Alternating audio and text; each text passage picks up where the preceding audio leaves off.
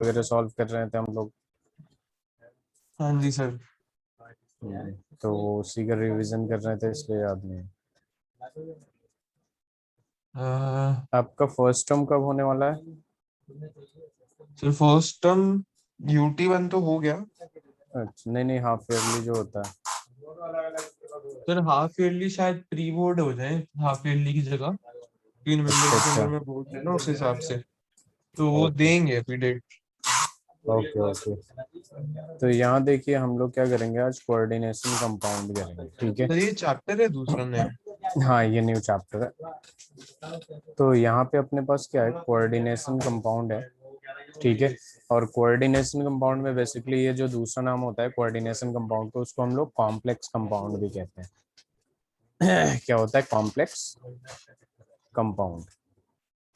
यहाँ पे क्या होता है कि सबसे पहले इसको डिफाइन कर लेते हैं, फिर हम देखते हैं क्या होता है, ठीक है। Complex compound to or more stable complex से to or more stable salt से कंबाइन होके एक स्टेबल कंपाउंड बनाता है, जो कि अपना प्रॉपर्टी रिटेन करके रखता है in solid state as well as in dissolved state, ठीक है। बात समझ रहे हैं? जैसे मान लीजिए कोई ऐसा कंपाउंड है, जस्ट सपोज ये NaCl है, तो NaCl जैसा है सॉलिड में वैसा ही रहेगा, लेकिन इसको अगर H2O में डालेंगे हम लोग, तो हमें पता है कि ये अपना आइडेंटिटी खो देगा, लूज कर देगा, ये चेंज हो जाएगा Na+Cl- में।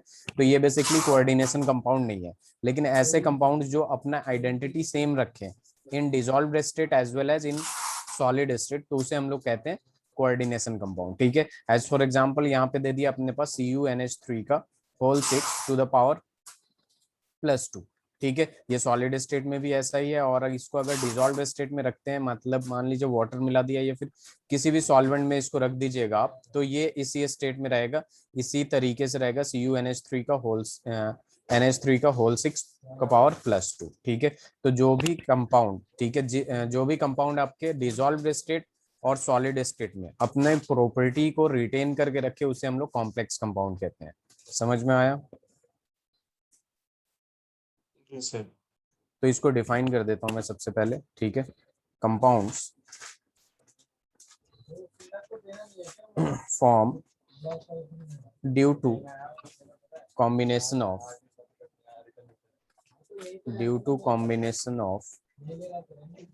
To or more stable salt two or more stable which retain their identity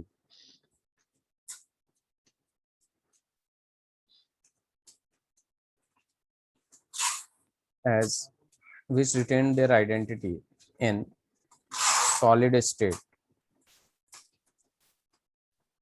as well as in dissolved state, ठीक है। उसको हम लोग क्या कहते हैं, कॉल्ड कॉम्प्लेक्स कंपाउंड या फिर कोऑर्डिनेशन कंपाउंड। कॉम्प्लेक्स या फिर कोऑर्डिनेशन, और एंड में लिख लीजिएगा कंपाउंड, कोऑर्डिनेशन कंपाउंड।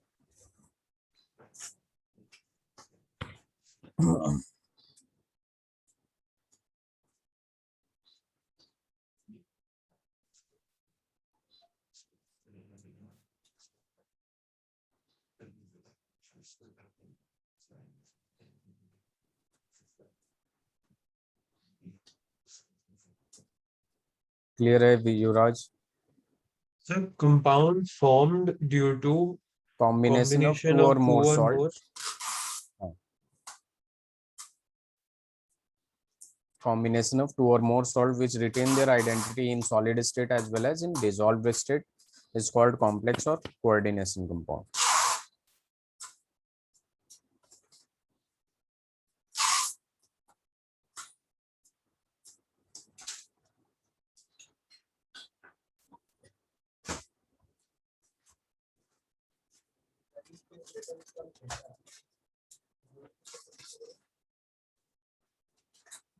हो जाए तो बताइएगा।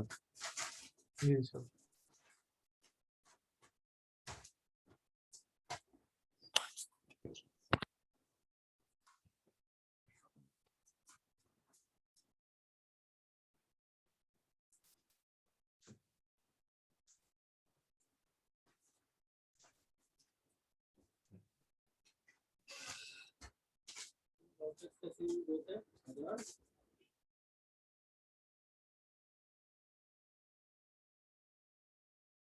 Excuse me sir, yes.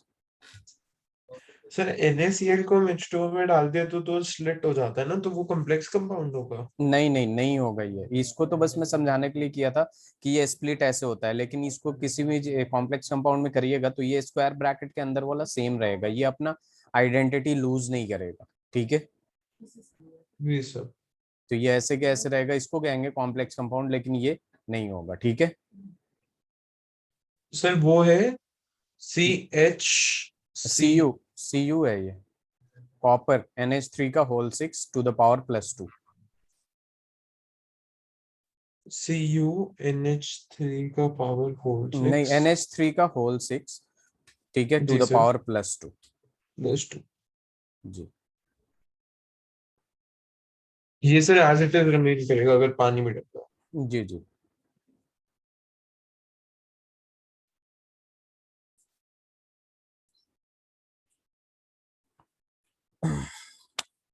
है। Done sir. Done, very good. Slide change करते हैं, आगे बढ़ते हैं। अब देखिए यहाँ कुछ कंपाउंड के नाम आते हैं, जैसे देखिए एक्चुअल में एक डबल सॉल्ट करके कंपाउंड होता है, डबल सॉल्ट। ठीक है, यहाँ पे एक डबल सॉल्ट से पहले आता है आपका एडिशन कंपाउंड। ठीक है, एडिशन कंपाउंड। और एडिशन कंपाउंड आपके बेसिकली दो टाइप के होते हैं, एक डबल सॉल्ट होता है और दूसरा जो होता है आपका वो कॉम्प्लेक्स कंपाउंड होता है। तो सबसे पहले एडिशन कंपाउंड को हम लोग डिफाइन कर लेते हैं। ठीक है, देखिए यहाँ पे दो ही चीज बनता है कि two or more salts add होके कंबाइन होके एक कंपाउंड बनाता है, जो कि solid state as well as dissolved state में अपना आइडेंटिटी को रिटेन करता है, उसको कॉम्प्लेक्स कंपाउंड कहते हैं। To or more salts combine होके एक कंपाउंड बनाता है जो अपना आइडेंटिटी लूज कर देता है डिसॉल्व्ड स्टेट में, उसको हम लोग कहते हैं डबल सॉल्ट। ठीक है, तो सबसे पहले इसको डिफाइन कर ले रहा हूं, उसके बाद आगे बढ़ेंगे। ठीक है, compounds made up of two or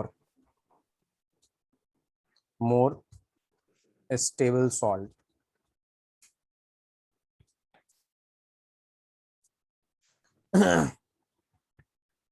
two or more stable salt compounds made up of two or more stable salt, या stable compound भी लिख सकते हैं, by crystallization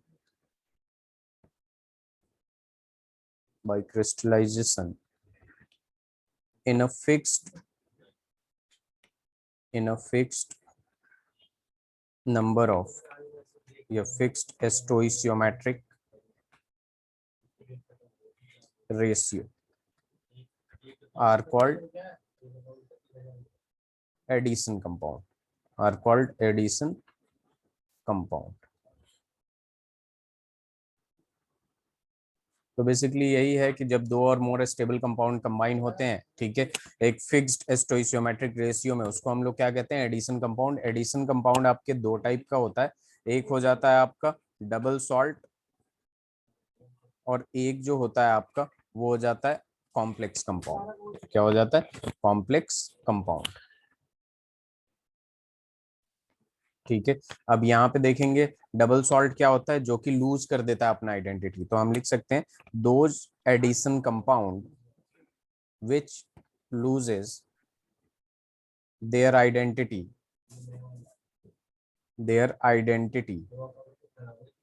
in solution या in dissolved state, उसे हम लोग कहते हैं double salt. And those addition compound which don't lose their identity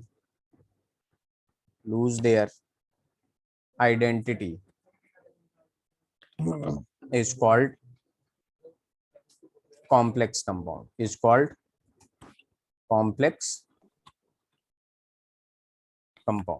clear है युवराज? इसके एग्जांपल्स लिख देता हूं मैं नेक्स्ट स्लाइड में, पहले ये लिख लीजिएगा, इसके नीचे एग्जांपल लिखवा दूंगा मैं अभी। हाँ जी सर। इसमें कुछ अच्छा सा नहीं लिख रहा है, राइटिंग अजीब सी हो रही है। सर स्टोइचियोमेट्रिक क्या होता था? स्टोइचियोमेट्रिक रेशियो। स्टोइचियोमेट्रिक बेसिकली उसके नंबर ऑफ मोल्स कोएफिशिएंट जो होता है, उसी को कहते हाँ हैं जी सर जी हम्म, नंबर, बेसिकली एक तरीके से।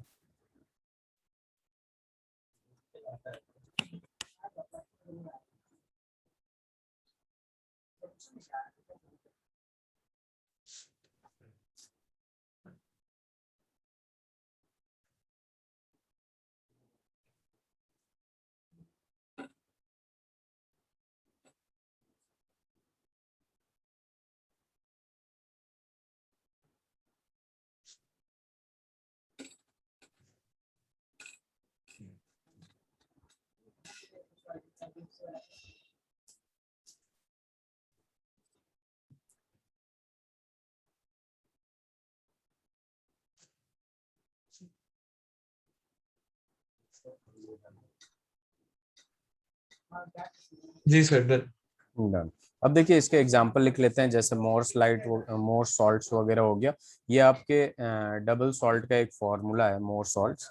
एज फॉर एग्जांपल यहाँ पे अपने पास iron sulphate FeSO4 dot NH4 का होल ट्वाइस SO4, ठीक है, डॉट 6H2O, ठीक है। तो जैसे इसको डिसॉल्व स्टेट किसी सॉल्यूशन में डाला आपने, जैसे सपोज वाटर में डाल दिया, तो ये पूरा का पूरा डिसोसिएट हो जाएगा, Fe+2 में चला जाएगा। अब यहाँ देखिए ये क्या है, SO4 है, ये भी SO4 है, तो दोनों ही जाएगा SO4-2 में। हमें तो पता ही है SO4 किस में जाएगा, और इसमें 2 से मल्टीप्लाई कर दिया तो दोनों कवर कर लिया। NH4 पॉजिटिव होता है और 2 मोल है इसका, यहाँ पे 2 है, तो इसको क्या हो जाएगा 2NH4 पॉजिटिव। और H2O लिखना है या ना लिखना है वो आपके ऊपर, 6H2O लिख दीजिए, या H2O को भी डिसोसिएट कर सकते हैं H+ और OH- में, ठीक है। तो ये बेसिकली ये किसका फॉर्मूला है, मोर सॉल्ट्स का, ठीक है। तो ये जो होगा आपका डबल सॉल्ट में आएगा, किस में आएगा, बिल्कुल सर। डबल सॉल्ट में, ठीक है। तो ये पूरा का पूरा डिसोसिएट हो गया आपका डिसॉल्व स्टेट में और सॉल्यूशन में। वही बात करते हैं हम लोग एक कॉम्प्लेक्स कंपाउंड की। तो कॉम्प्लेक्स कंपाउंड बेसिकली देखिए कैसे बनता है, ठीक है। कॉम्प्लेक्स कंपाउंड बनाने के लिए जैसे सपोज अपने पास है K4, ठीक है, FeCN का होल 6, ठीक है, K4 FeCN का होल 6। अगर इसको किसी डिजॉल्व स्टेट में जैसे सपोज H2O में डालेंगे, देखिए एक पहचानने का तरीका तो ये होता है कि जहां भी स्क्वायर ब्रैकेट दिख जाए आपको, ठीक है, वो वाले जो कंपाउंड होते हैं आपके कॉम्प्लेक्स कंपाउंड होते हैं, ठीक है। इसके बाहर डिसोसिएट हो सकता है, बाहर वाले जो टर्म होते हैं, इधर हो, लेफ्ट हो या राइट हो, वो डिसोसिएट हो जाएगा, लेकिन अंदर वाले में कोई फर्क नहीं पड़ेगा। जैसे ये K है क्या है, पोटेशियम है, ठीक है। अगर ये डिसॉल्व स्टेट में जाएगा तो K+ आएगा कि नहीं, जी सर। ठीक है। लेकिन यहाँ 4K है तो यहाँ कितना निकलेगा, 4K+ निकलेगा, ठीक है। और यहाँ पे जैसे है FeCN का होल 6 आ जाएगा। अब इसी कंपाउंड से 4 पॉजिटिव बाहर निकला है, तो यहाँ पे 4 नेगेटिव भी तो आएगा, हाँ जी सर। ठीक है। तो ये बेसिकली अंदर वाला डिसोसिएट नहीं होता है, ये अपना प्रॉपर्टी रिटेन करके रखा है। इससे पता चलता है कि ये क्या आपका एक कॉम्प्लेक्स कंपाउंड है या कॉम्प्लेक्स। फिर कोऑर्डिनेशन कंपाउंड है। क्या है, कोऑर्डिनेशन कंपाउंड, बहुत आसान है कि नहीं। इसको क्या कहते हैं, जैसे उसको मोर सॉल्ट कहते थे, इसे क्या कहते हैं? ये अब IUPAC हम इस चैप्टर में सीखेंगे तो पता चलेगा। वैसे इसका नाम होगा पोटेशियम, ठीक है, हेक्सासियानो फेरेट 2, ठीक है, इसका नाम होगा जी सर तभी पोटेशियम। देख लेंगे क्या होगा। पोटेशियम हेक्सासियानो फेरेट 2, ठीक है, ये ऐसे होता है। बहुत आसान है, इसे लिख लीजिए आप।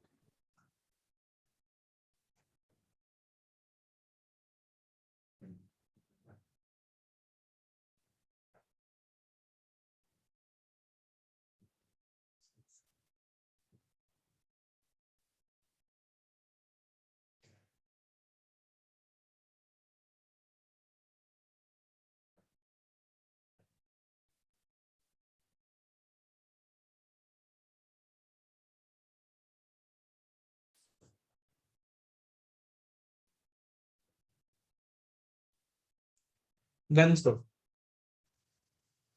चलिए यहाँ पे अब अपने पास क्या आता है, देखिए ये आपने ये पहचान लिया, जो भी स्क्वायर ब्रैकेट में आए वो क्या होगा, आपका कॉम्प्लेक्स कंपाउंड होगा, ठीक है। कॉम्प्लेक्स कंपाउंड होगा तो इसमें बहुत सारी चीजें होती हैं, ठीक है। जैसे मान लीजिए लिगेंड हो गया, सेंट्रल मेटल एटम हो गया, ठीक है, आपके पास काउंटर आयन हो गया, कोऑर्डिनेशन नंबर हो गया, कोऑर्डिनेशन पॉलीहेड्रॉन हो गया, ये सारी चीजें इसमें आती हैं, ठीक है। तो उसको हम लोग बाद में करेंगे, पहले हम लोग वार्नर्स थ्योरी करेंगे, ठीक है। वार्नर्स थ्योरी टॉपिक डालिएगा, Warners theory of coordination compound, Warners theory of coordination compound, ठीक है। Werner's theory of coordination compound की बात करते हैं, तो इन्होंने बोला था, ठीक है। यहाँ पे एक चीज देखिएगा, तो यहाँ पे हमेशा कोऑर्डिनेशन कंपाउंड में ना मेटल आता है, ठीक है। तो मेटल जो होता है यहाँ पे दो टाइप के वैलेंसीज पोज करता है, ठीक है। इस मेटल के पास दो टाइप के वैलेंसी होते हैं, एक होता है आपका प्राइमरी वैलेंसी और दूसरा होता है आपका सेकेंडरी वैलेंसी। एक आयोनाइजेबल होता है, एक नॉन आयोनाइजेबल होता है। जैसे आपने खुद देखा कि ये वाला आयोनाइज हो गया, ठीक है, तो ये हो जाएगा आपका प्राइमरी वैलेंसी, और अंदर वाला इस मेटल के अलावा जो चीजें होंगी वो क्या होंगी, सेकेंडरी वैलेंसीज होंगी, ठीक है, जो कि नॉन आयोनाइजेबल होते हैं। क्लियर है? जो किसी भी मिक्सचर में चेंज नहीं होते, उतने ही रहते हैं। हाँ, नॉन आयोनाइजेबल होते हैं, जी ठीक सर। है। तो यहाँ पे पॉस्टुलेट्स की बात करें तो सबसे पहला आ जाएगा अपने पास, each metal ion possess two types of valencies, two types of valencies, ठीक है। पहला जो होगा आपके पास प्राइमरी वैलेंसी होगा, ठीक है, प्राइमरी वैलेंसी, जिसे हम लोग क्या कहते हैं, प्रिंसिपल और आयोनाइजेबल भी कहते हैं। प्रिंसिपल वैलेंसी भी कहते हैं या आयोनाइजेबल वैलेंसी भी कह लेंगे, प्रिंसिपल या फिर आयोनाइजेबल, ठीक है। और दूसरा जो होगा अपने पास बी, वो हो जाएगा अपने को सेकेंडरी वैलेंसी। क्या हो जाएगा, सेकेंडरी वैलेंसी। सेकेंडरी वैलेंसी की जब बात कर रहे हैं हम लोग, तो सेकेंडरी वैलेंसी में जो दूसरा नाम होता है इसका सब्सिडरी कहते हैं या नॉन आयोनाइजेबल कहते हैं, सब्सिडरी और नॉन आयोनाइजेबल, नॉन आयोनाइजेबल। तो अगर एक आपसे सवाल पूछूं मैं, ठीक है, सवाल कुछ ऐसा है,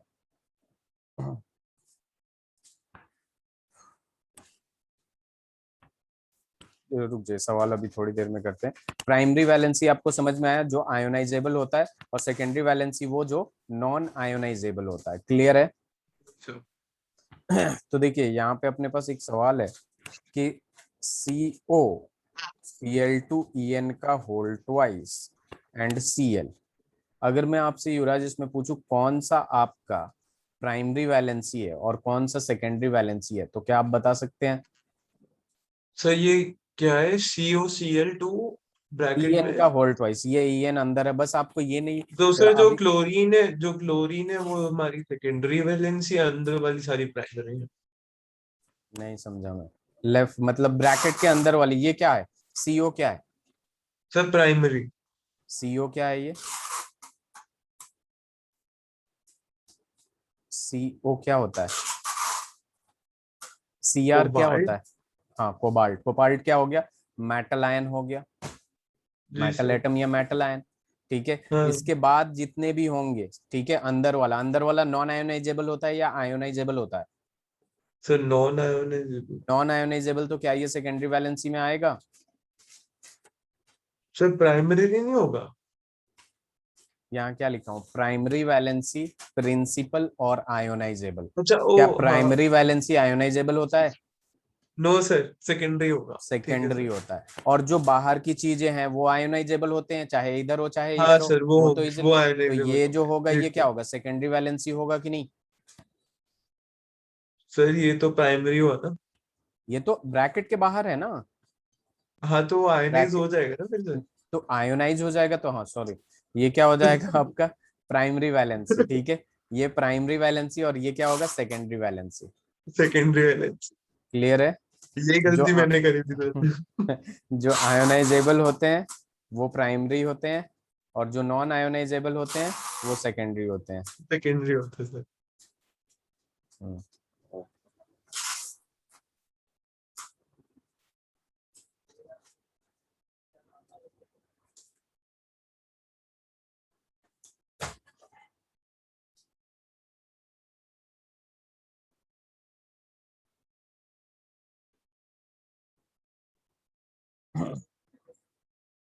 सर ईएन क्या होता है?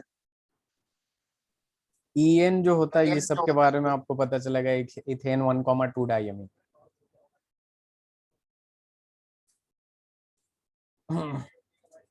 Ethane 1,2 diamine.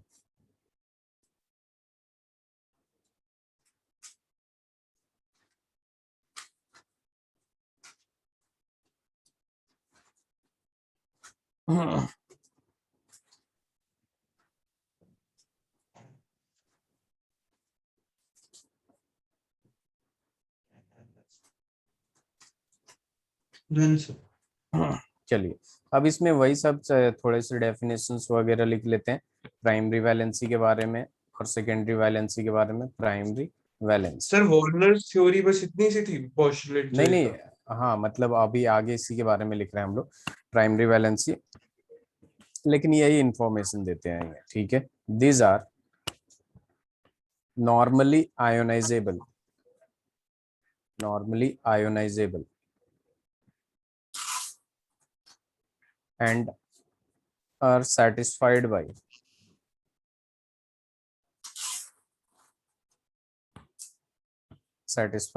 only ions, ठीक है, आयन से सेटिस्फाइड होते हैं। दूसरा पॉइंट लिख सकते हैं हम लोग, number of primary valency, number of primary valency depend upon oxidation state of central metal atom, central metal atom, central metal atom के ऑक्सीडेशन स्टेट पे डिपेंड करता है, ठीक है। जितना पॉजिटिव चार्ज आएगा उतना नेगेटिव इधर आ जाएगा, जितना नेगेटिव चार्ज आएगा उतना पॉजिटिव आ जाएगा बाहर की तरफ, ठीक है। एज फॉर एग्जांपल यहाँ देख सकते हैं आप, रुक जाइए, जैसे यहाँ पे देखिए इस पे चार्ज बेसिकली है कितना, इस पे युवराज कितना चार्ज है, -4 है, ठीक है। -4। तो इसको +4 ऐड करके इसको न्यूट्रल बनाया, तो ये कंपाउंड बना, ठीक है। जी सर। और यहाँ देखेंगे जस्ट सपोज ये बाहर निकलेगा तो ये Cl- होगा, तो इसके ब्रैकेट पे क्या चार्ज आएगा, प्लस आएगा। प्लस आएगा सर, तो प्लस मतलब चार्ज। पॉजिटिव चार्ज को इसको सेटिस्फाई करने के लिए इतना ये आएगा। न्यूट्रल अगर होगा। यहाँ पे +2 होता तो यहाँ 2Cl- आता, ठीक है। जी सर। तो इसी की बात कर रहा है, तो ये दोनों पॉइंट लिख लीजिए। उसके बाद दीज आर नॉन डायरेक्शनल, क्या होते हैं, नॉन डायरेक्शनल होते हैं। बेसिकली यहाँ पे पॉजिटिव और नेगेटिव देखेंगे तो उससे क्या पता चलेगा कि आयनिक कंपाउंड की तरह, ठीक है। ब्रैकेट के ऊपर पॉजिटिव चार्ज आया तो नेगेटिव आयन आके उसको सेटिस्फाई किया, और ब्रैकेट के ऊपर नेगेटिव चार्ज आया तो पॉजिटिव केटायन आके, बेसिकली केटायन आके उसको सेटिस्फाई किया, तो एक तरह से आयनिक कंपाउंड की तरह हो रहा है कि नहीं, हाँ जी सर। ठीक है। तो ये नॉन डायरेक्शनल होते हैं, जो आयनिक कंपाउंड होते हैं वो basically क्या होते हैं, नॉन डायरेक्शनल होते हैं, ठीक है। तो उसी के बारे में लिखा हूँ, these are non directional.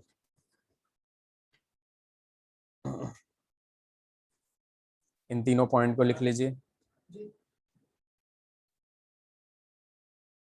Done sir, इसलिए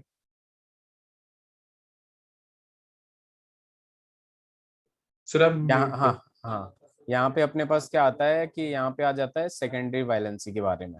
अब सेकेंडरी वैलेंसी के बारे में देखेंगे तो ये वही चीजें लिखेंगे कि ये नॉन आयोनाइजेबल होता है, ठीक है। तो इसके बारे में भी 2-3 पॉइंट लिख लेते हैं। These are non ionizable, these are non ionizable, non ionizable and are satisfied by and are satisfied by ion or neutral electron pair, electron pair donor molecules,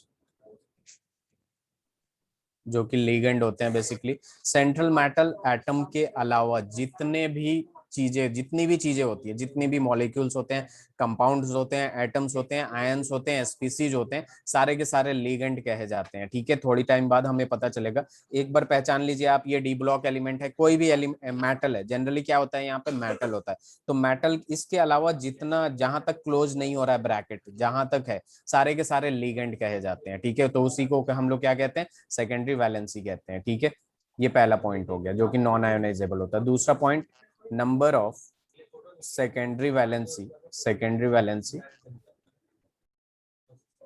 depend upon size and charge of central metal atom और ion. Basically जितना central metal atom पे size होगा, size का मतलब ये यही हो गया कि उसके पास वैकेंट ऑर्बिटल होंगे। ठीक है, या फिर जितना पॉजिटिव चार्ज होगा, ठीक है, उतना वैकेंट ऑर्बिटल होंगे, उसी हिसाब से ये लिगेंड लगते जाते हैं। ठीक है, सेकेंडरी वैलेंसी लगते जाते हैं। ठीक है, एंड थर्ड पॉइंट लिख सकते हैं, these are directional in nature, these are directional. And the fourth point is, जो भी कॉम्प्लेक्स कंपाउंड का जो स्ट्रक्चर होता है, ज्योमेट्री होता है, वो सेकेंडरी वैलेंसी ही देती है। ठीक है, प्राइमरी वैलेंसी नहीं देती है। तो हम यहाँ पे लिख सकते हैं, geometry of complexes given by, जब हम वीबीटी पढ़ेंगे तो पता चलेगा, given by secondary valency, given by secondary valency. I hope ये क्लियर हो चुका होगा आपका।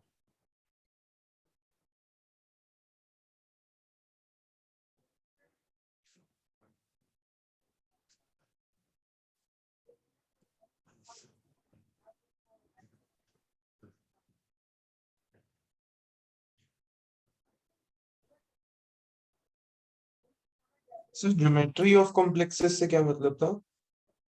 जैसे CH4 है, CH4 का स्ट्रक्चर बताइए, ज्योमेट्री बताइए। सर सी बीच में, चार एच साइड में। अरे तो ज्योमेट्री बताइए, मतलब कि C बीच में 4H साइड का मतलब 4 हाइड्रोजन है, तो जाहिर सी बात है कार्बन बीच में होगा, आसपास में हाइड्रोजन होंगे। ज्योमेट्री हाँ उसका जी क्या सर। होगा? ज्योमेट्री का मतलब उसका शेप कैसा होगा, उसका स्ट्रक्चर कैसा होगा, उसका नाम आपने सर क्लास 11th स्ट्रक्चर में सर्कुलर सा होगा मतलब। टेट्राहेड्रल, सर्कुलर अच्छा सा। ओ हाँ जी सर्कुलर सर। सा होगा कारण क्योंकि एटम गोल होता है ना। हाँ मतलब सर प्लस साइन। हाँ, तो बेसिकली वहां पे क्या हो जाएगा आपका, टेट्राहेड्रल होगा, है ना। जैसे टेट्राहेड्रल होता है। BCl3 ट्राइगोनल प्लेनर होता है, जी BeCl2 सर। लीनियर होता है। तो इस टाइप का ये भी कोऑर्डिनेशन पॉलीहेड्रॉन अभी मैं बताऊंगा थोड़ा सा। बाकी हम VBT में जब हाइब्रिडाइजेशन करके पढ़े थे ना, जैसे क्लास 11th में, sp होगा तो linear, sp2 trigonal planar, sp3 tetrahedral. Sir ठीक मैं है, 11 में बिल्कुल नहीं पढ़ा। अच्छा, तो यहाँ पे वो चीजें रिवीजन हो जाएगी थोड़ी जी सी। सर। सर अच्छे से करवा दो ना, पूरे बेसिक्स है। हाँ, वहां पे हो जाएगा, डोंट वरी।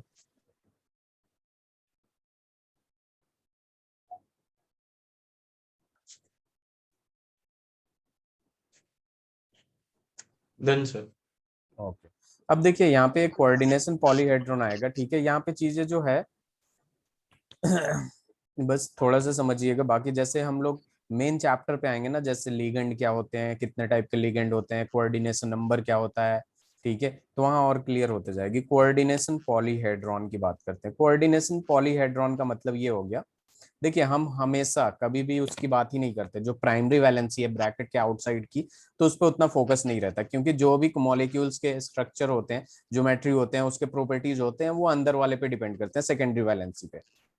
तो कोऑर्डिनेशन पॉलीहेड्रॉन, ये जो कोऑर्डिनेशन पॉलीहेड्रॉन होता है basically,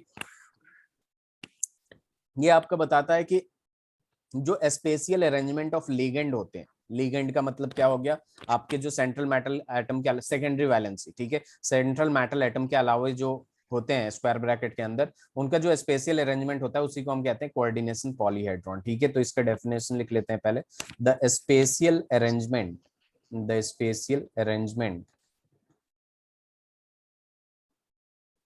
of ligand around central atom और ion is called coordination polyhedron, is called coordination polyhedron। ठीक है, इसे क्या कहते हैं, coordination polyhedron. As for example देखिए, अगर 4 लिगेंड होगा उसके पास, ठीक है, लिगेंड के टर्म में मैं आपको बता रहा हूँ, ठीक है, अगर 4 लिगेंड होगा या फिर 5 लिगेंड होगा, ऐसे करके देख लेते हैं, 5 लिगेंड होगा तो ये L फॉर लिगेंड लिख रहा हूँ, ठीक है। इसका जो अरेंजमेंट होता है बेसिकली वो इस टाइप से होता है, दो प्लेन में, दो प्लेन के आउटसाइड और दो प्लेन के अंदर।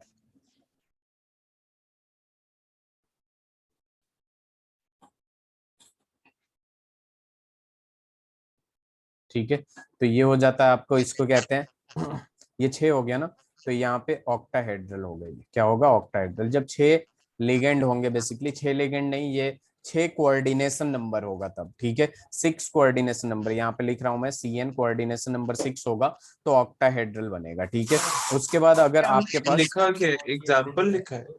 हाँ एग्जाम्पल लिखवा रहा हूँ कोऑर्डिनेशन पॉलीहेड्रॉन का, ठीक है, EX। ठीक है, अगर मान लीजिए 4 होगा आपके पास, ठीक है, जस्ट सपोज एक L इधर आ गया, ठीक है, एक L इधर चला गया, और एक आउटसाइड द प्लेन और एक इनसाइड द प्लेन, ठीक है, एक L इधर और ये एक है L ऐसे है, ठीक है, तो यहाँ पे टेट्राहेड्रल बनेगा। क्या बनेगा, टेट्राहेड्रल। ये चीजें अभी क्लियर हो जाएंगी जब हम लोग कोऑर्डिनेशन नंबर वगैरह पढ़ लेंगे। तो यहाँ पे कोऑर्डिनेशन नंबर कितना है, कोऑर्डिनेशन नंबर बेसिकली बताता है कितना बॉन्ड बना रहा है। यहाँ 6 बॉन्ड दिख रहा है आपको, ठीक है, तो कोऑर्डिनेशन नंबर 6 हो गया, ऑक्टाहेड्रल होगा। यहाँ 4 बॉन्ड दिख रहा है तो यहाँ पे कोऑर्डिनेशन नंबर 4 हो गया, टेट्राहेड्रल हो जाएगा। ठीक है, कोऑर्डिनेशन नंबर 4 का एक और पॉसिबिलिटी होती है, एल एल एल हो गया, यहाँ पे कोऑर्डिनेशन नंबर इक्वल्स टू 4, जो कि स्क्वायर प्लेनर होता है। ठीक है, क्या होता है, स्क्वायर प्लेनर। समझ रहे हैं आप।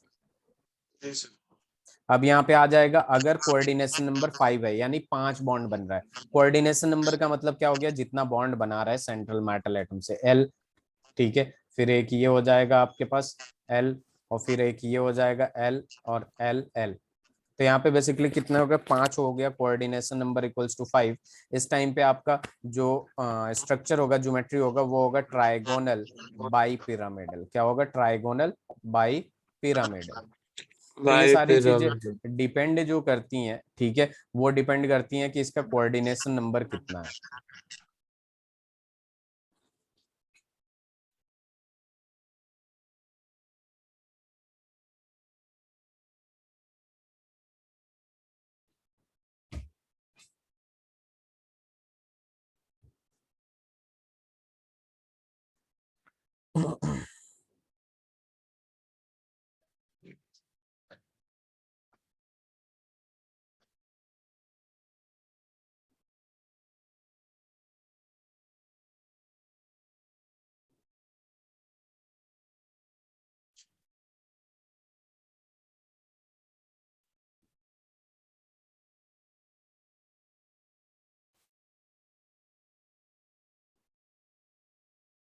सर इनके स्ट्रक्चर ऐसे ही होते हैं, ये चेंज नहीं हो सकते?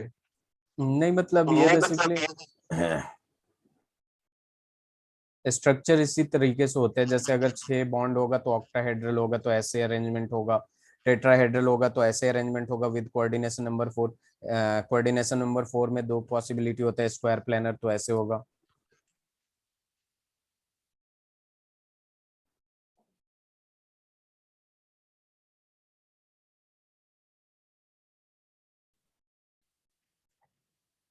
समझ में आया। जी सर, एक बार।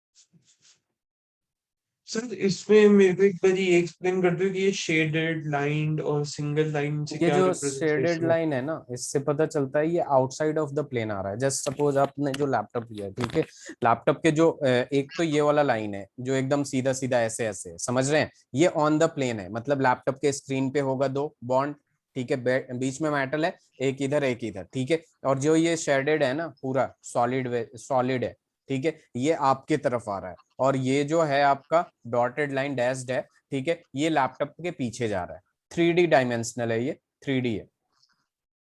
अच्छा।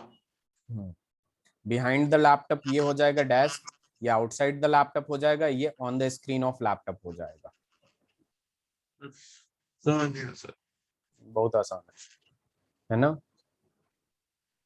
पता नहीं सर, वो सवाल में पता लगेगा। अच्छा,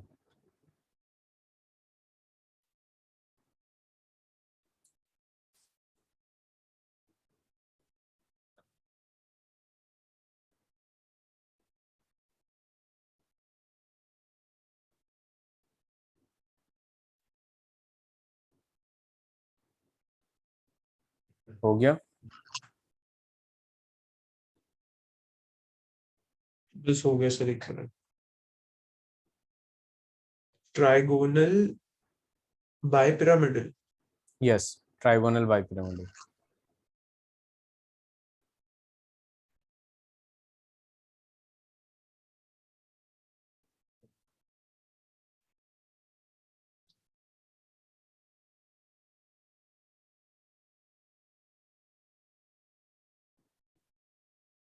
गन सर। अब आते हैं हम लोग मेन टॉपिक पे, ठीक है, जो कि क्या होता है, जैसे एज फॉर एग्जाम्पल, बस ध्यान में रखिएगा यहाँ क्या क्या चीजें हैं। जैसे मान लीजिए K4Fe का होल 6 ले लिया मैं, ठीक है, और वहां एक एग्जांपल लिया था COCl2En का होल ट्वाइस, और यहाँ पे क्या ले लिया था, Cl ले लिया था, यही लिया था ना। अब देखिए जी यहाँ पे यूराज होता क्या है, जो ब्रैकेट के आउटसाइड होते हैं ना, ब्रैकेट के आउटसाइड, उसको हम लोग कहते हैं काउंटर आयन कहते हैं। ब्रैकेट के मैंने दोनों ही पॉसिबिलिटी लिख दिया, ठीक है, लेफ्ट हैंड साइड पे भी हो सकता है और राइट हैंड साइड पे भी, बिफोर ब्रैकेट और आफ्टर ब्रैकेट, ठीक है, इसको हम लोग कहते हैं काउंटर आयन। इन सबको डिफाइन करूंगा मैं, पहले समझा देता हूँ। इसको कहते हैं काउंटर आयन।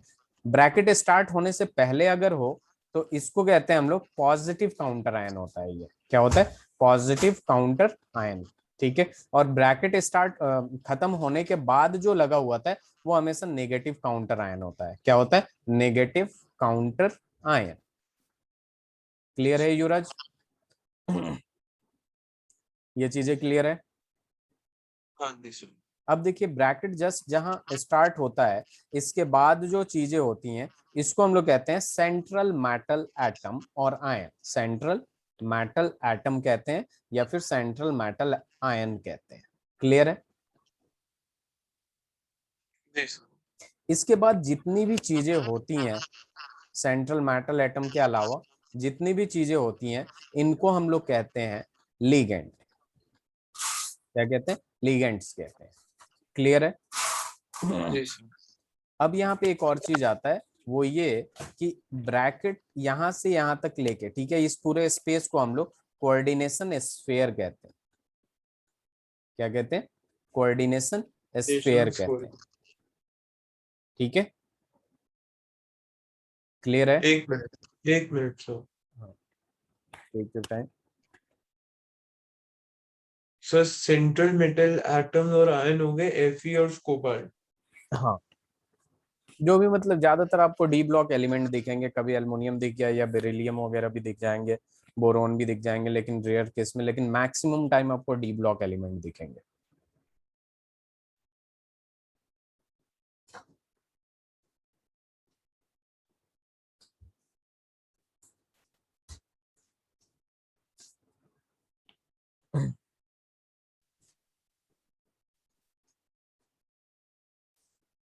आंसर लिगार्ड्स क्या होते थे, ये जो। लिगेंड्स जो हैं आपके, ये सेंट्रल मेटल एटम के बाद जितने भी चीजें हैं, ये सारे लिगेंड है। यहाँ वन टाइप ऑफ लिगेंड है, लेकिन लिगेंड 6 है। 6 लिखा है तो 6 है। यहाँ पे दो टाइप ऑफ लिगेंड है, दो क्लोरीन का है, दो EN का है, यानी 4 लिगेंड है टोटल। 2 टाइप्स ऑफ लिगेंड है।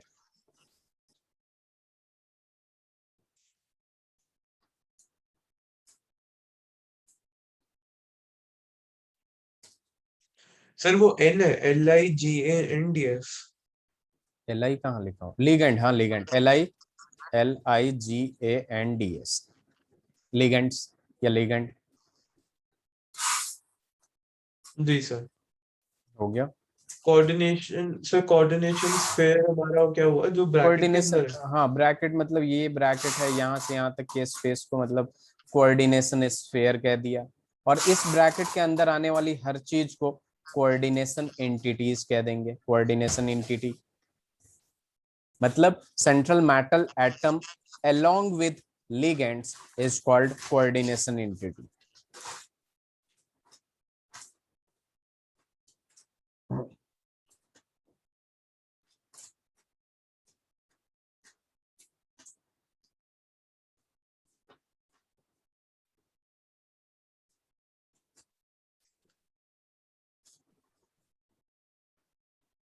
Done sir. ठीक, तो ये चीजें हो गया। और इसमें आता है एक कोऑर्डिनेशन नंबर जो कि बहुत इंपॉर्टेंट होता है, जिससे हमें अगर पता हो तो इजीली ऑलमोस्ट हम लोग प्रेडिक्ट कर सकते हैं उसका ज्योमेट्री। तो कोऑर्डिनेशन नंबर बेसिकली जितना कोऑर्डिनेट बॉन्ड बन रहा है या फिर सेंट्रल मेटल एटम और लिगेंड के बीच जितना बॉन्ड बन रहा है, ठीक है, number of coordinate bond,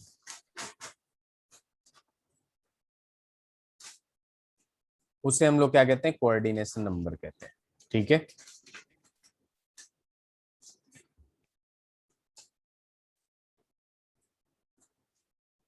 clear है?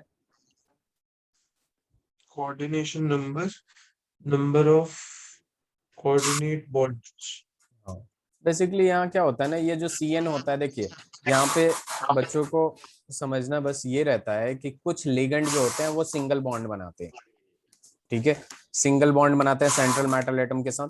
लेकिन कुछ लिगेंड ऐसे होते हैं जो अकेले 2 बॉन्ड बना सकते हैं, 3 बॉन्ड बना सकते हैं, 6 बॉन्ड बना सकते हैं। जैसे यहाँ पे EN जो है ना, ये बहुत स्पेशल टाइप का लिगेंड है, ये अकेला 2 बॉन्ड बनाता है। ठीक है, ध्यान से सुनिएगा। यहाँ पे पहले इसकी बात कर लेते हैं स्लाइड चेंज करके। ठीक है, यहाँ पे अगर मैं बात करूं, ठीक है, K4FeCN का होल 6, ठीक है, तो ये जो CN है ना, ये अकेला बॉन्ड एक बनाता है। तो एक CN एक बॉन्ड बनाएगा, तो 6CN कितना बॉन्ड बनाएगा सेंट्रल मेटल एटम के साथ? 6 बॉन्ड बनाएगा, 6 कोऑर्डिनेट बॉन्ड।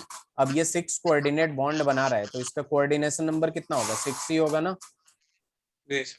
अब वहीं पे बात करते हैं CO Cl2, और यहाँ पे EN का होल ट्वाइस है और Cl2 है, Cl है, ठीक है। तो ये इसकी तो बात ही नहीं करते हम, कोऑर्डिनेशन नंबर में यही बात करते हैं। क्लोरीन एक अकेला बॉन्ड बनाएगा, तो 2 क्लोरीन 2 बॉन्ड बनाएगा। EN एक, ये जो EN होता है ना, ये डाइडेंटेट कहते हैं इसको। क्या कहते हैं? डाइडेंटेट कहते हैं। अभी क्लियर करूंगा मैं ये होता क्या है। डाइडेंटेट का मतलब ये अकेला 2 बॉन्ड बनाएगा, ठीक है। तो 2 कितना बॉन्ड बनाएगा? 4 बॉन्ड बनाएगा। तो यहाँ पे इसका कोऑर्डिनेशन नंबर कितना होगा? 6 होगा।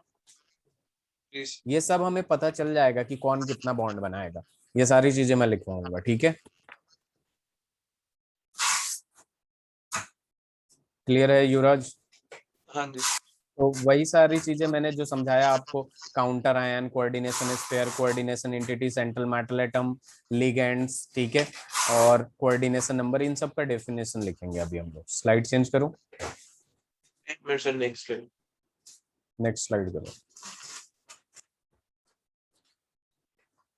सर वो क्या लिखा है हमने, डाइडेंट? डाइडेंटेट, ये सारी चीजें लिखेंगे अभी हम लोग। डाइडेंटेट लिखा हूं, ये सारी चीजें लिखेंगे जब क्लासिफिकेशन ऑफ लिगेंड्स पढ़ेंगे नेक्स्ट क्लास में। तो on the basis of charge उसको डिवाइड करेंगे, और on the basis of denticity divide करेंगे। डेंटिसिटी का मतलब यही होता है कि कितना बॉन्ड बनाता है। जी सर। स्लाइड चेंज करो। हाँ जी। अब देखिए यहाँ पे अपने पास क्या आ जाता है, जैसे मैंने बोला अब सबको डिफाइन करेंगे। हम सबसे पहले बात करते हैं कोऑर्डिनेशन एंटिटी की। एक मिनट रुक जाइए।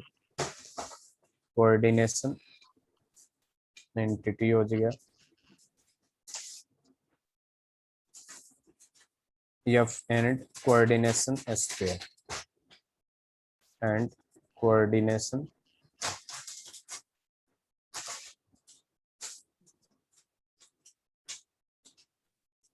sphere। कोऑर्डिनेशन एंटिटी और कोऑर्डिनेशन स्फीयर की बात करें, ठीक है, तो इसको डिफाइन कर देते हैं। आपको समझा दिया ऑलरेडी होता क्या है। It constitute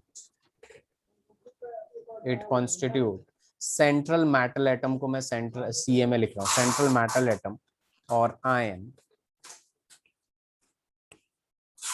bonded to a fixed number of ions or molecules, fixed number of ions or molecules with coordinate them.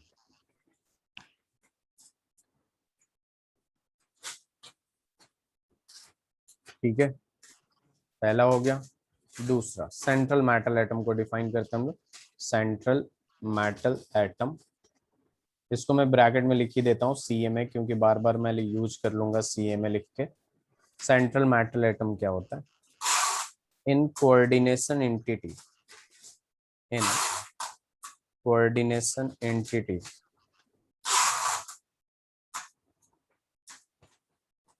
Atom और ion to which a fixed number of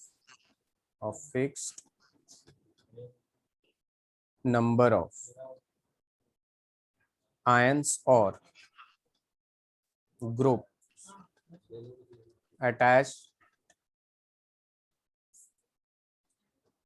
in a definite geometry,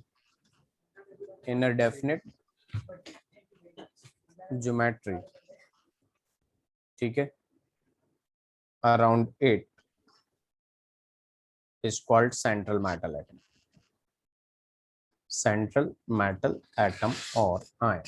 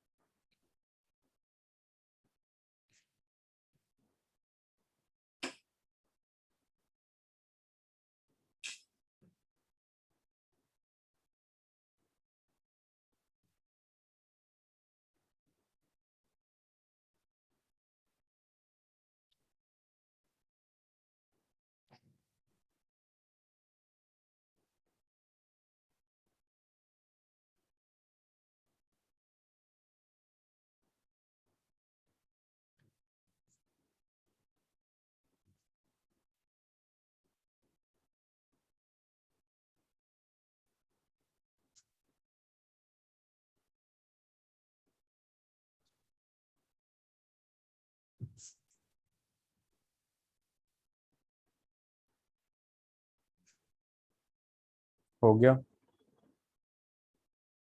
आराम से एक लिखिए। Minute sir. हाँ take your time.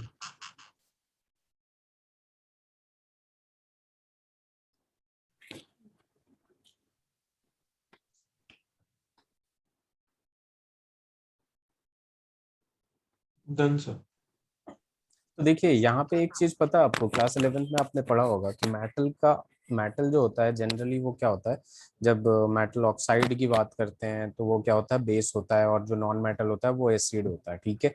लेकिन यहाँ पे क्या होता है, बेसिकली मेटल के पास वैकेंट ऑर्बिटल होता है, जिसकी वजह से ये इलेक्ट्रॉन एक्सेप्ट करता है, और इलेक्ट्रॉन एक्सेप्टर को हम लोग कहते हैं एसिड, ठीक है। तो ये जो सेंट्रल मेटल एटम होता है ना, ये एक्ट एज लुईस एसिड, ठीक है। डी ऑर्बिटल है इसके पास, वैकेंट डी ऑर्बिटल होता है, ठीक है, जिसकी वजह से ये इलेक्ट्रॉन एक्सेप्ट करता है फ्रॉम लिगेंड्स, क्योंकि लिगेंड्स ऑलरेडी चार्ज्ड होते हैं या फिर उनके पास लोन पेयर होता है, तो वो इलेक्ट्रॉन डोनेट करता है। इस वजह से सेंट्रल मेटल एटम जो होता है वो लुईस एसिड की तरह एक्ट करता है। क्लियर है?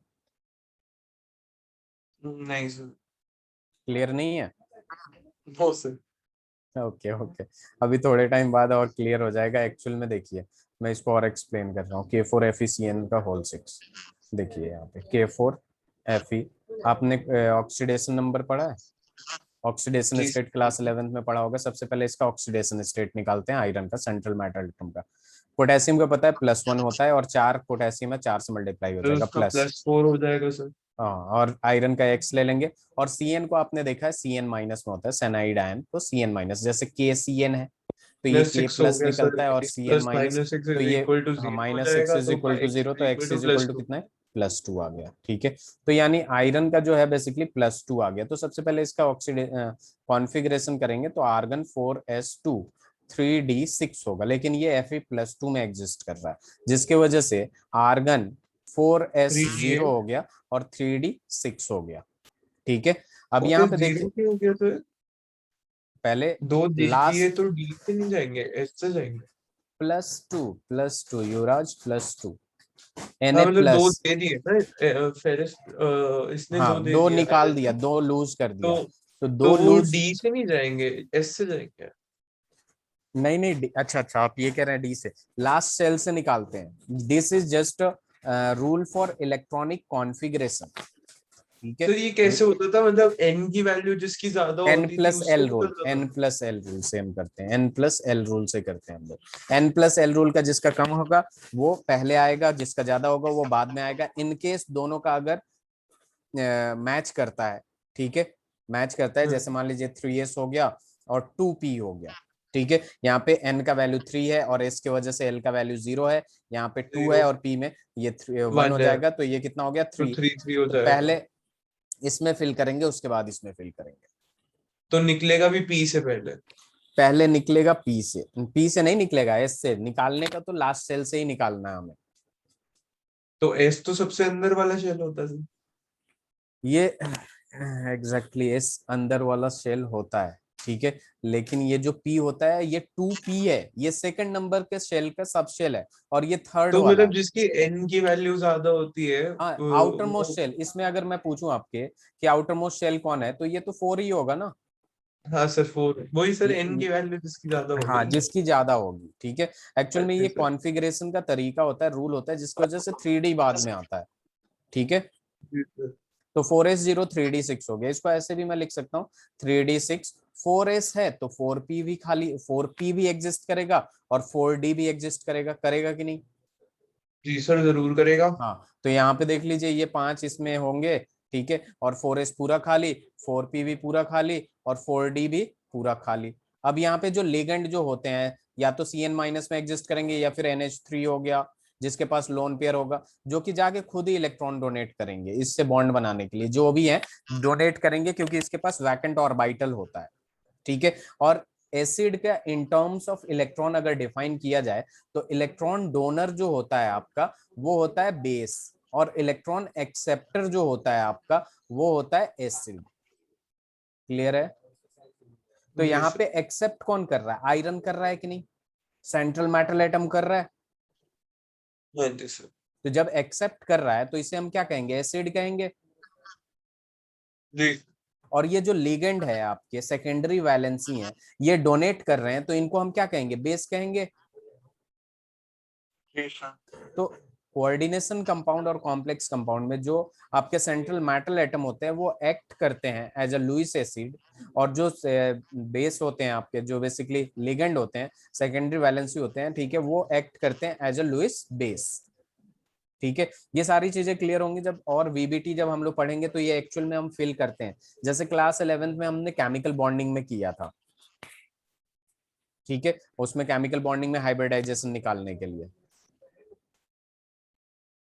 ठीक है, तो वहां शेयरिंग हो रहा था। सर एक्सेप्टर्स एसिड कैसे हो सकते हैं? इलेक्ट्रॉन एक्सेप्ट जो करता है, इलेक्ट्रॉन लेता है, इलेक्ट्रॉन जो खींचता है अपने तरफ, तो उसे उसकी एसिड कहते हैं वैलेंसी हम। हमारी माइनस में चली गई है ना। हाँ, तो वैलेंसी माइनस में चली गई तो फिर वो बेसिक नहीं होनी चाहिए। तो वो कॉन्जुगेट एसिड और कॉन्जुगेट बेस हो जाता है, लेकिन स्टार्टिंग में तो वो एसिड ही था ना, लेने के बाद वो कॉन्जुगेट एसिड या कॉन्जुगेट बेस हुआ ना। अच्छा। हाँ, हाँ जी सर। जैसे क्लास 11th में आर्हेनियस वगैरह पढ़ा होगा आपने आयनिक इक्विलिब्रियम में, तो सर बेसिकली मैंने होता क्या क्लास है 11 में कुछ नहीं पढ़ा। अच्छा अच्छा, तीसरी बार बोल रहा सर ये। अब देखिए यहाँ पे मैं बताता हूँ, जैसे HF है, इसको डिसोसिएट करेंगे तो ये H+ और ये क्या हो गया, F- हो गया। एक माइनस हो जाएगा सर। ठीक है, तो यहाँ पे आप खुद ही देखेंगे कि ये F- हो गया, तो अब ये डोनेट कर सकता है, तो ये कॉन्जुगेट बेस होगा। ठीक है, इसके बाद एक्सेस होगा सर तो ये डोनेट जैसे कर मान देगा। लीजिए इसको और अच्छे से लिखता हूँ मैं, यहाँ पे H2O से ऐड कर दिया HF को, तो ये जी सर। H3O पॉजिटिव हो गया। ये HF जो है आपका एसिड की तरह एक्ट कर रहा है, जस्ट सपोज, तो जी। ये क्या हो जाएगा आपका, कॉन्जुगेट बेस हो जाएगा। ठीक है, हम्म। तो ये समझ में आया आपको जो मैंने बताया, ये लुईस एसिड की तरह एक्ट पर करता है। पूरी तरह से क्लियर नहीं हुआ अभी। कोई दिक्कत नहीं, बस आपको ये समझ में आ गया ना। देखिए ये जब हम लोग वीबीटी पढ़ेंगे तो और अच्छे से क्लियर हो जाएगा। मैंने पूरा अभी वीबीटी ही पढ़ाने की कोशिश की आपको, ठीक है। इसमें दिखा आपको कि यहाँ पे खाली है, तो ये एक्चुअल में आपको बॉन्ड बनाते हुए यहाँ पे कोऑर्डिनेट बॉन्ड बनता है। कोऑर्डिनेट हाँ, बॉन्ड में क्या होता है, एक इलेक्ट्रॉन रिच होता है, इलेक्ट्रॉन डेफिशिएंट होता है। तो जैसे वो एन मुझे एच समझ आ गया, तो वो एन मुझे एच समझ आ हाँ, तो ये दे रहा है। तो इलेक्ट्रॉन एक्सेप्टर जो होते हैं वो एसिड होते हैं, और इलेक्ट्रॉन डोनर जो होते हैं वो बेस होते हैं। जैसे प्रोटॉन एक्सेप्टर जो होते हैं वो क्या होते हैं, बेस होते हैं, और प्रोटॉन डोनर एसिड होते हैं। मतलब प्रोटॉन डोनर जो होते हैं वो एसिड होते हैं, और प्रोटॉन प्रोटॉन एक्सेप्टर जो होते हैं वो बेस होते हैं। बेस होते हैं। तो इन टर्म्स ऑफ इलेक्ट्रॉन क्या आते हैं, इलेक्ट्रॉन डोनर बेस होते हैं, इलेक्ट्रॉन एक्सेप्टर एसिड होते हैं। ठीक है। जी सर। तो देखिए सर यहाँ। ये उस तरीके से हो गया क्योंकि ये अपने आप जाके उसके साथ बॉन्ड बनाते हैं ना। हाँ हाँ जो ये NH3 हो गया, CN हो गया, इनको बदले में ये वो स्टेबिलिटी मिलती होगी। हाँ, एक कंपाउंड बन जाता है जो स्टेबल ये तो होता है। वो बात हो गई सर, काला पैसा पड़ा था उसको डोनेशन ट्रस्ट में डाल दिया ताकि स्टेबिलिटी मिल जाए। हाँ। ये भी सही है सर। सही बात है। तो देखिए हाँ, थोड़ा नेक्स्ट क्लास में ऑन टाइम रहिए, ठीक है, ताकि मैं सोचा था ये सारी चीजें आज क्लियर हो जाएंगी। हाफ एन आवर और रहता तो मतलब हो ही जाती है। अभी 4 बजे से एक और बैच शुरू हो जाएगी, ठीक है। तो ये जी सारी सर। चीजें आज ही क्लियर हो जाती है आपके, लीगेंड वगैरह। हाफ एन आवर में लीगेंड कितने टाइप के हैं, ये सारी चीजें। तो आप सर इसको शाम ध्यान में फ्री रखिए। हो? शाम में मैं 9:15 के बाद ही फ्री हूँ।